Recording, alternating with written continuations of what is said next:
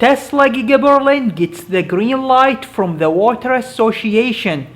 Hello guys and welcome back to the channel. If you are new to the channel, please do consider subscribing. And now let's get back to today's story. So an obstacle to the operation of the Tesla factory in Grünheide has been removed. The Water Association has approved the development request. For the opponents of Tesla's factory east of Berlin, an important argument falls away. The water problem doesn't seem to be as bad as it was originally shown. The development application for the plant was approved by the Strausberg-Erkner Water Association.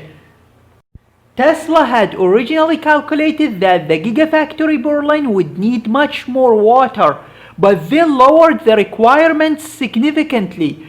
This opened up the possibility for the water board to approve the application according to a press release.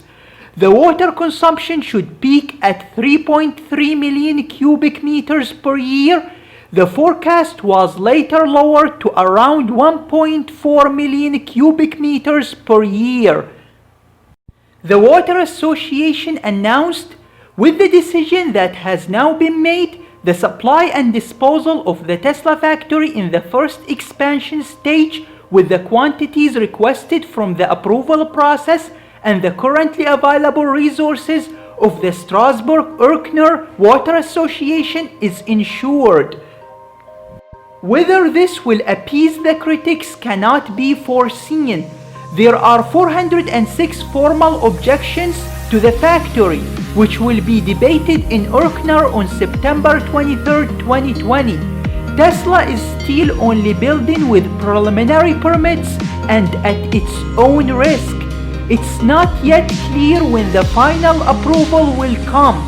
Tesla hopes to start production in Giga Berlin in mid-2021.